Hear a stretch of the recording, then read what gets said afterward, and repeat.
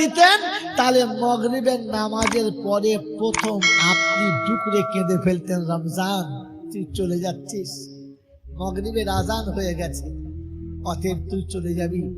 তুই চলে গেলে তারাবিও চলে যাবে, তুই চলে গেলে তারাবি চলে যাবে, তুই চলে গেলে সেহেরি চলে যাবে, তুই চলে গেলে ইফতার চলে যাবে, তুই চলে গেলে 1 রাকাতে 70 রাকাত চলে যাবে, তুই চলে গেলে নফলটা ফরজ হচ্ছিল ওটাও চলে যাবে, তুই চলে গেলে 1 টাকা দিলে 70 টাকা সওয়াব এটাও চলে যাবে। রমজান তুই চলে গেলে খোদা রহমত চলে যাবে, মাগফিরাত চলে যাবে আর নাজাত চলে যাবে। তুই চলে গেলে তো সব চলে যাবে, আমার কি হবে?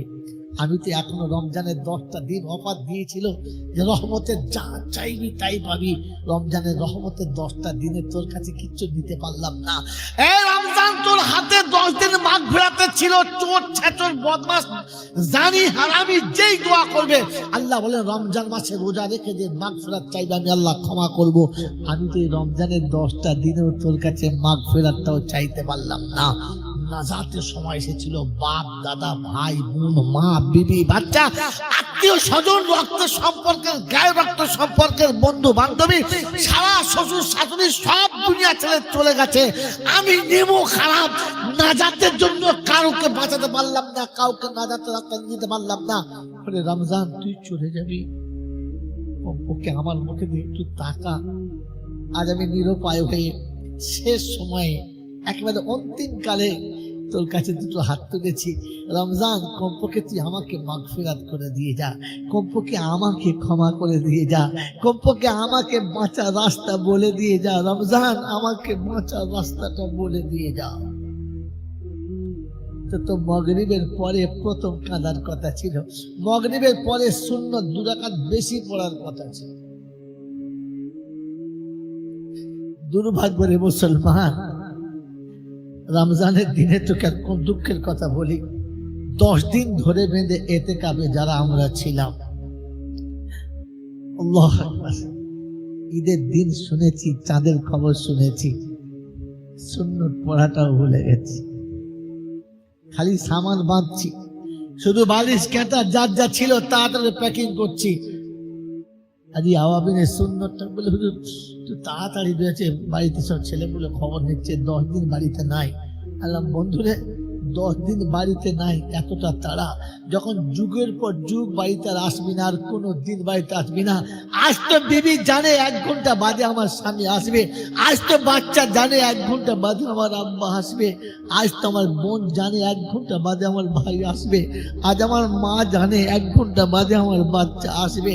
যেদিন চলে গেলে তুই আর কোনো দিন আসবি না, যেদিন চলে গেলে তোর বাচ্চা কবরস্থানে দাঁড়িয়ে বলে আসবি আর তো কোনোদিন তুমি যাবে না আব্বা।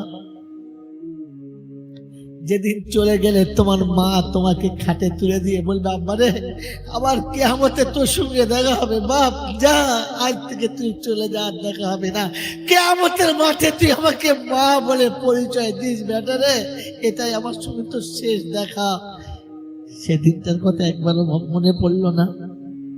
আপনি রমজানকে বিদায় দিলে আপনার তো জুমার দিনে সন্ধ্যাবেলা কেঁদে চোখের পানিতে বুক ভাসানোর কথা ছিল। ও মুসলমানের ছেলে, রমজান বিদায় দিলে কিনা ওদিন রাতে তোমার সেহরির টাইমে তো ঘুম ভাঙা দরকার ছিল।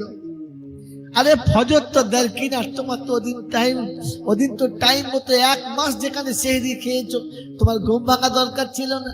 তুমি সেহরি টাইমে উঠে 2 রাকাত নামাজ পড়ে ডুকরে কেঁদে আল্লাহকে বলতে, আল্লাহ রমজান মাসে সেহরি খেয়েছিলাম, আজ থেকে তাহাজ্জুদের নামাজের নিয়ত করলাম, আল্লাহ জীবনের যত রাত যাবে আমি তাহাজ্জুদ থেকে দূরে থাকবো না।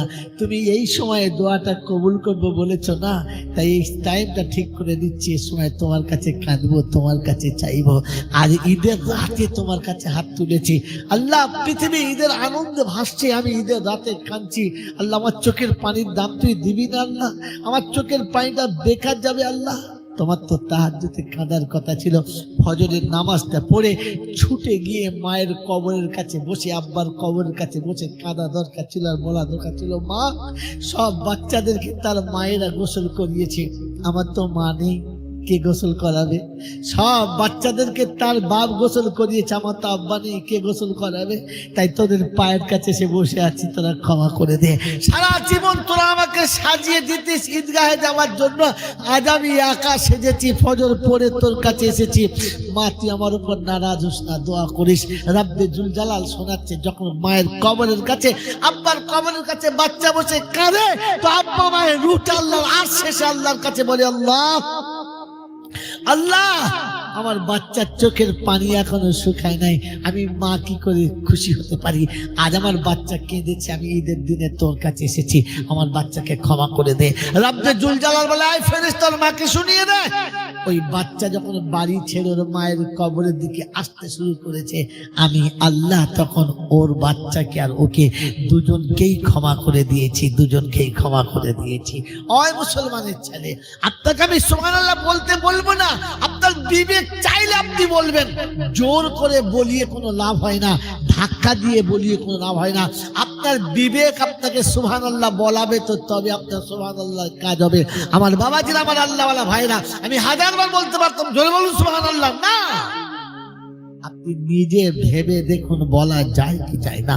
আজ শুনিয়ে দিচ্ছি বন্ধু, রমজান তো তাড়িয়ে দিয়েছি, বিদায় তো কখনো দিই নাই। তাড়িয়ে দিয়েছি আর বলে দিয়েছি চল ফজর জামাতে যাব না, আর জোহরটাও নামাজে পড়বো না। ঈদের নামাজ যতগুলো মানুষ পড়েছিলাম, অর্ধেক যদি জোহর পড়তাম তাহলে জানটা ঠান্ডা হতো। পড়েছি আমার বন্ধুরা, আমার আল্লাহওয়ালা ভাইরা, এরপরে আবার নিজে নিজে বলছি রমজানকে বিদায় দিয়েছি। একটু বিবেকের কাছে জিজ্ঞাসা করো, তোমার কাছে মনুষ্যত্ব বলে কিছু পাওয়া আছে না নাই? কারণ রমজান তোমার কাছে এসেছিল উপঢৌকন নিয়ে, রহমতের অফার নিয়ে, একদিন দুদিন নয় 10টা দিন মাগফিরাতের উপঢৌকন নিয়ে, একদিন দুদিন নয় 10টা দিন নাজাতের উপঢৌকন নিয়ে, 10টা দিন 30টা দিন তোমার কাছে অফার ছিল। একটা দিনও তুমি ব্যবহার করতে পারলে না। না সেহরির সময় উঠে কেঁদেছি, না ইফতারের সময় কেঁদেছি, না সেহরি আল্লাহর কাছে চেয়েছি, না ইফতার আল্লাহর কাছে চেয়েছি। গোটা জীবন এমনি করে নাফরমানি করেছি, আর মরে গেলে মিলাদ করে জান্নাতের দোয়া চাইছি। বন্ধু, আল্লাহর নবী বললেন, যারা রমজানের মাস পেল আর জীবনের গুনাহটা ক্ষমা করালো না, ওরা ধ্বংস হয়ে যাক। রাসূল যাদের ধ্বংসের জন্য বদদোয়া করেছে, আল্লাহ যাদের ধ্বংসের কথা নিজে বলেছে, রাসূল যেখানে স্বীকার করে নিয়েছে, ওখানে আমার মতো জৈনুল আবেদিনের বাপের তাকত আছে, আপনাকে আর বাঁচাতে পারে? কারণ সুপ্রিম কোর্ট ওকে ফাঁসির অর্ডার দিয়ে দিয়েছে, এখানে আর রাষ্ট্রপতিও কিছু করতে পারে না। বন্ধু, এখানে মনে করিয়ে দিয়ে গেলাম, কথাটা মনে রেখে দেবেন। যদি আজও বাঁচতে চান, বাঁচাতে চান, আজও নিজে বাঁচতে চান আর মুরব্বীদের বাঁচাতে চান, তাহলে এখনো বলে যাচ্ছি, মক্তবগুলোর সঙ্গে মাদ্রাসাগুলোর সঙ্গে সম্পর্ক রেখে দেন। আল্লাহ রাসূলের সুন্নতের কারখানা জিন্দা রাখেন, আল্লাহ রাসূলের সুন্নতের কারখানার সঙ্গে ভালোবাসা রাখেন। আল্লাহ রাসূলের সুন্নতের এই কারখানাগুলোকে জীবনের থেকে বেশি দামি মনে করেন। যে মরলে মরবো, তবু মাদ্রাসা বুকে নিয়ে মরবো, মক্তব বুকে নিয়ে মরবো, ইকরা এডুকেশনের মতো ওরকম স্কুল বুকে নিয়ে মরবো, যেখানে পড়লে আমার বাচ্চা দিন ও দুনিয়া দুটোই শিখতে পাবে। আমি দিনের সঙ্গে থাকবো। বিখ্যাত আলিম হবে না, বিখ্যাত হাফিজ হবে না, বিখ্যাত কোরআন হবে না, কিন্তু কমপক্ষে মুসলমান হিসেবে যতটা ইলম শিক্ষা দরকার ততটা শিখবে। আমি আপনি মক্তবগুলো বাঁচাবো ইনশাআল্লাহ।